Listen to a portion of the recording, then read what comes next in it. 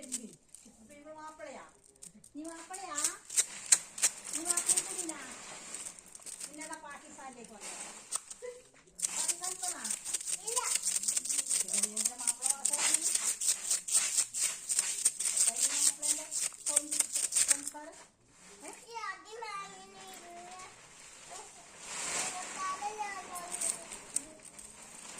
എതിവാങ്ങിനാ എനിക്ക് ആ കഴുകിന്റെ കുറവുണ്ട് ഞാൻ എന്നാളെ വന്നിട്ട് കൊടുത്താലോ?